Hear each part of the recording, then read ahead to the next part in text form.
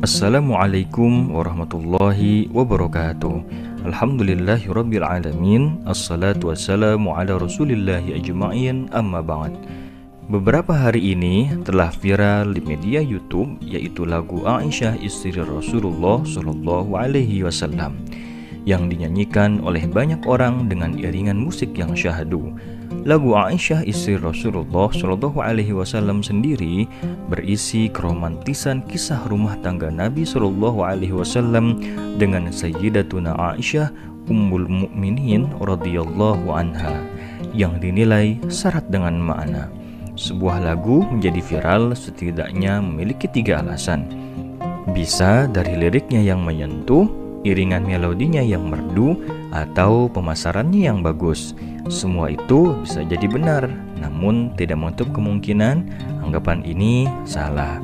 Pada lagu yang sedang hits ini, banyak yang menontonnya karena suka dengan lirik dan melodinya. Namun tidak sedikit muncul kritik terhadap lirik yang katanya kurang sopan.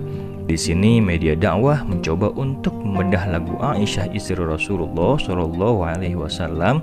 Apa benar yang ada pada lirik lagu Aisyah istri Rasulullah tersebut sesuai dengan riwayat pada kitab-kitab hadis yang terpercaya? Langsung saja kita mulai dari syair atau lirik atau bait yang pertama. Pada bait yang pertama ini kita dapati mulia indah cantik berseri, kulit putih bersih merahnya pipimu, dia Aisyah putri Abu Bakar istri Rasulullah. Kata yang di sini saya beri warna kuning, yaitu istri Rasulullah. Kita dapat melihat sejarah bahwasanya Ummul Mukminin Aisyah radhiyallahu anha dinikahi oleh Rasulullah Shallallahu Alaihi Wasallam pada bulan Syawal, yaitu selang 2 tahun 5 bulan sebelum hijrah. Perlu diketahui bahwa di antara istri-istri Rasulullah Shallallahu Alaihi Wasallam hanya Sayyidatuna Aisyah radhiyallahu anha yang dinikahi saat masih gadis. Ketika itu Aisyah radhiyallahu anha berumur 6 tahun. Lalu tinggal bersama Rasulullah Shallallahu Alaihi Wasallam pada bulan Syawal, 7 bulan setelah hijrah ke Madinah. Saat itu usia beliau sudah 9 tahun. Bait kedua, kita dapati bahwasanya ada kata-kata yang saya beri warna kuning. Pada kata-kata ini, minum di bekas bibirmu.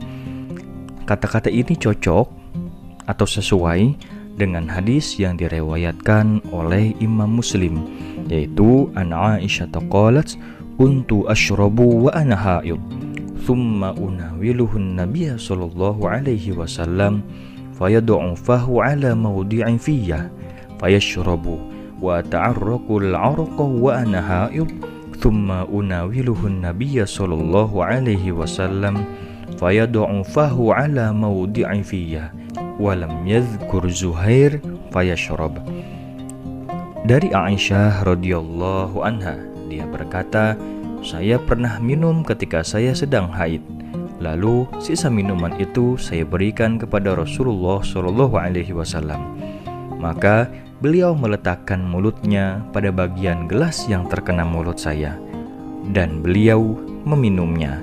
Juga saya memakan daging yang melekat pada tulang ketika saya sedang haid, lalu saya berikan kepada Nabi Shallallahu Alaihi Wasallam. Maka beliau meletakkan mulutnya di bagian yang terkena mulut saya, tetapi Zuhair tidak menyebutkan, lalu beliau minum. Hadis yang diriwayatkan oleh Imam Muslim. Hadis ini mengisahkan ketika Rasulullah Shallallahu Alaihi Wasallam memiliki sepotong daging dan mempersilahkan kepada istri beliau Aisyah radhiyallahu anha untuk memakannya terlebih dahulu. Kemudian Aisyah menggigit sebagian daging tersebut dan memberikannya kepada Rasulullah Shallallahu Alaihi Wasallam. Maka Rasulullah Shallallahu Alaihi Wasallam pun menggigit daging tersebut di tempat di mana Sayyidatuna Aisyah menggigitnya. Demikian pun ketika minum, Rasulullah Shallallahu Alaihi Wasallam memberikan minuman tersebut kepada Sayyidatuna Aisyah untuk meminumnya terlebih dahulu. Dan setelah itu Rasulullah Shallallahu Alaihi Wasallam minum tepat di tempat Sayyidatuna Aisyah meletakkan mulut beliau. Di dalam kitab Al-Kaukabul Wahhaj Syarah Sahih Muslim disebutkan bahwa hadis ini adalah dalil kebolehan menjadikan seseorang yang sedang haid sebagai teman makan, yang mana hal ini bertolak belakang dengan perilaku orang Yahudi yang menjauhi orang yang sedang haid. Menurut Imam Al-Qurtubi, hadis ini pula menunjukkan bahwasanya orang yang haid tidaklah najis dan tidak mesti dijauhi, kecuali tempat di mana kotoran atau darah haid itu keluar. Sekarang kita pindah kepada bait yang ketiga. Bait Aisyah, romantisnya cintamu dengan Nabi, dengan baginda kau pernah main lari-lari, selalu bersama hingga ujung nyawa kau di samping Rasulullah. Kita dapati di sini ada bagian yang saya beri warna kuning, dengan baginda kau pernah main lari-lari.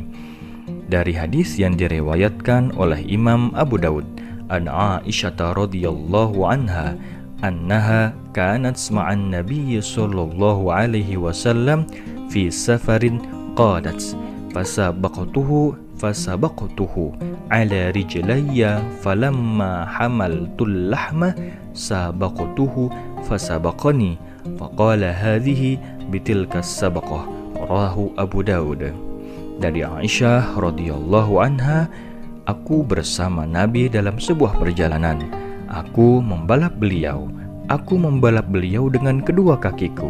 Ketika aku membawa daging, aku membalap beliau, namun beliau kemudian membalapku. Beliau berkata, ini kemenangan untuk perlombaan yang kalah. Hadis yang sahih. Baik, untuk bait-bait yang selanjutnya kita akan saksikan atau kita akan temukan pada part yang kedua. Sekian dan terima kasih. Wassalamualaikum warahmatullahi wabarakatuh.